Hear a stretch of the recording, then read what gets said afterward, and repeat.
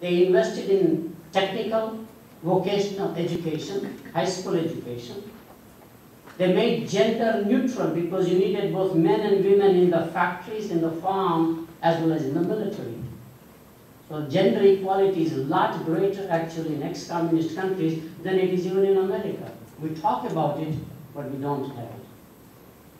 Same thing, in fact, they have lots of natural resources, and those natural resources have now become enormously valuable, which is a very different perspective than industrial competitiveness perspective, for example. So there are several branches of economic thinking. I believe in the resource advantage branch of economic thinking by and large, as opposed to the industrial global competitiveness branch of economic thinking. Bunch of reasons are out there. So here is the forecast as you would expect.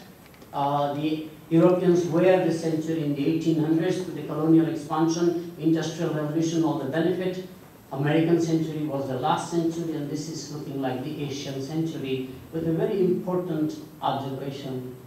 Two major advanced economies in Asia, large ones. Japan, second largest economy. South Korea, one of the bigger economies, are both distancing from the Western world and aligning with China and India. So the real growth of China and India will not happen as much from the Western world as we think, but their own neighbors. When we wanted to have an office opened of ICA Institute, India, China, America Institute, which I founded 5-6 years ago, just to put a focus on this one, in Singapore, which is becoming the most strategic city, they simply said, we would love to have this institute, but let's call it India, China, Asia Institute. Which is the worst thing that can happen because this country will remain dominant, will be revitalizing itself as it has done before. So I really get upset about this pessimism about this country. Unfortunately, the pessimism is not just in this country, but it is all over the world. The world wants to give up on America, which is the worst thing that ever happened. America has been the largest sourcing destination in the world. China does not come anywhere near that. Except our raw materials in this country, we use it for domestic value add rather than for export. So export numbers are not relevant. Till 2010, for 150 years, no country even exported more cotton than America. Finally, India equalized only at the end of 2010. America is the largest exporter of corn by a long shot. And for 100 years, next 100 years, no country will be ever able to compete with America on almonds. Isn't that interesting? And this is agricultural products, which America gave up. Industrial raw materials the same way. We are one of the largest producers of steel, largest producers of cement. I mean, anything you look at it. Just because we don't have an export orientation, we underestimate the raw material supply advantage this nation has, which is a resource advantage. Even in human capital, while we can talk about China and India, that's fine, but the number of universities and the number of qualified graduates we graduate is enormous. Largest human talent may be in this country, although China and India may be equalizing. So we need to understand this bilateral relationship. I'll move on very fast, I know, because of the time. So here is the 2015 forecast by IMF, which does this forecast. US will remain, this is a purchasing power parity based, in other words, buying power based index of GDP. It will be about 18 trillion US. China will be about 17 trillion. India about 6 trillion, except India is about 4 trillion underreported because India is a cash economy. It's not even recorded, all of the economic transactions being done. So we think Indian estimates are probably about 10 trillion truly if you equalize the cash economy, and as it becomes more and more computerized, we'll capture all of the market transactions. There's a lot of barter things that happen. There's a lot of exchange that is not calculated, in fact, or adjusted for that one. So India becomes a significant power also. This used to be the old triad power, all the way, in fact, till, I would say, very recently. And in other words, we had the US, North America essentially, only 12 common market countries of Europe. Japan is a late entrant, and together they control 45% of the world trade. Most of the trade was colonial powers and colonies, but they controlled 70% of the GDP. More value add was done in those nations, and they used to import raw materials, do value add, and export our products to those colonies for consumption, by and large. But the trade was only more among themselves rather than trade with emerging economies, which is a key shift right now. So this is a new triad power. I strongly believe what I saw many, many years ago now is becoming a true reality. The key dimension here is the relationship between China and the US, which is becoming negative and more deteriorating, and it is not in the self-interest of this nation to have a negative view about China. There is nothing you can do. China has risen. This morning, if you watched CNBC type business channels, China is calling the shots on the world currency market stock. It's not America. We have to admit that. That doesn't mean America is not going to be one of the superpowers at the same time.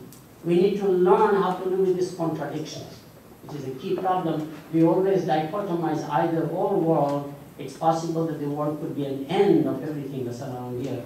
And at the same time, China and India are growing enormously as partners, which is unthinkable. In fact, if you go to China, the admiration and respect for India or Indians is mind-boggling.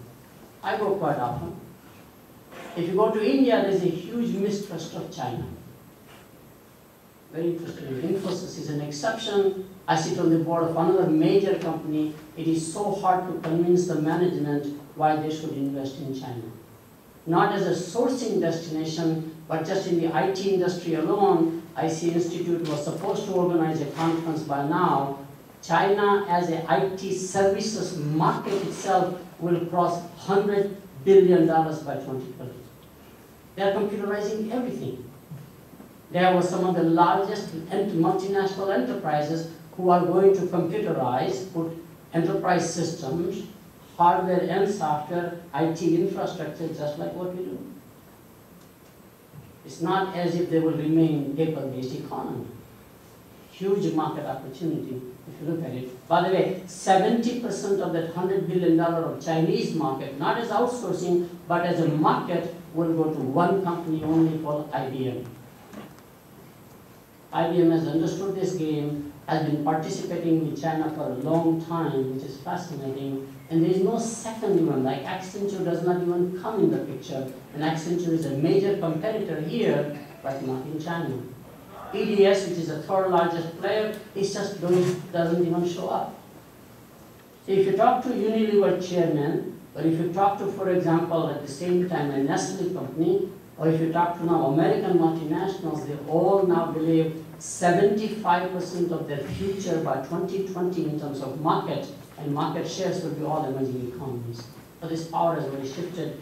Somebody has to simply participate rather than challenge or be skeptical about it by and large. So this is a very key probably issue. China and India will become significant partners while the rest of the world is claiming that the two will be rivaling with each other.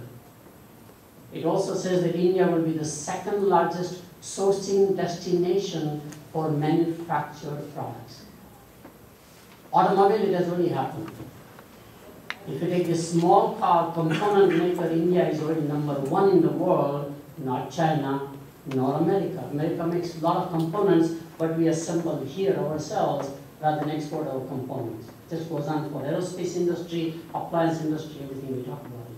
And by the way, in Silicon Valley, the same thing. We make a lot more hardware and software here, but we don't export as much as we consume domestically.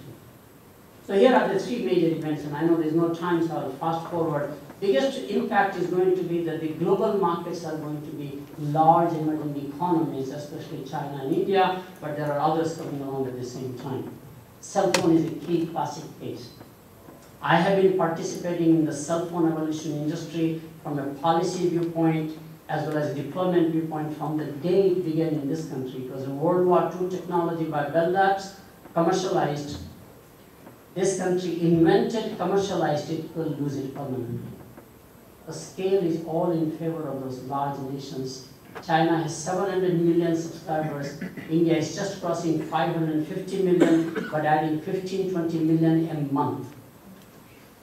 They don't need a PC anymore. They're already, in fact, skipping the whole PC evolution that we went through and going into mobile phone technologies, including broadband, including everything, 3G, 4G, etc., which tremendously changes the way ICT industry, as it is called, is going to respond, just like television industry. We invented television, we commercialized it, we lost it. So we think about companies like Verizon. Verizon is already owned by Vodafone. I was in Africa in June, and I will prepone my Africa Rising now, but that's the next thing I'm writing actually. From 2035 to 2025, Africa will be awakened not by Europeans or by Americans, but by China and India. Only this morning I got a text message or an email message from India with my institute that I have, which is a marketing academy. We already had a delegation from Africa come and visit us over there. Mind-boggling that the two emerging economies are rising other emerging economies as if the advanced countries don't matter in the world, which is absolutely incredible. They've just given up mentally, which is fascinating to watch when you travel and observe people's body language, etc. Also, therefore, the large global enterprises will not be just the Japanese that it happened or the Koreans, but the next one will be the Chinese enterprises and the Indian enterprises. So we need to watch them where they come from as our competitors. They love this market for your information.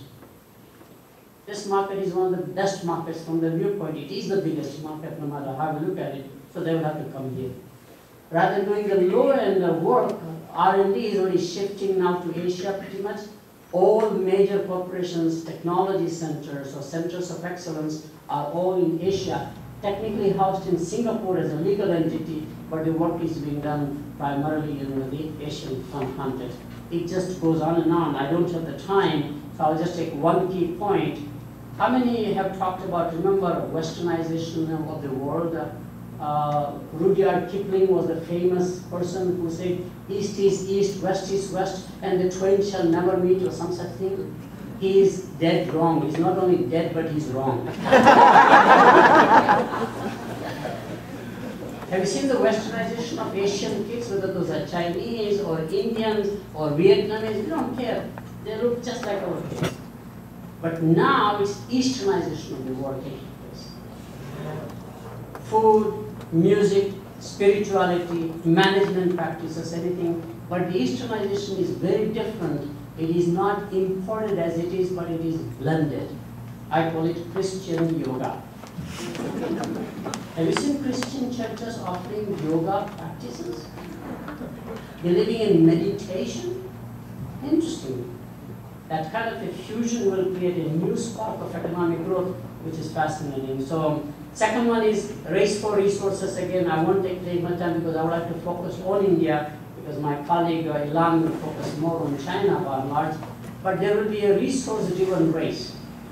So, while we have 4 or 5 major IT companies in India, like Infosys, like Wipro, which I sit on the board, TCS is much bigger than both of us, for example, and there are others.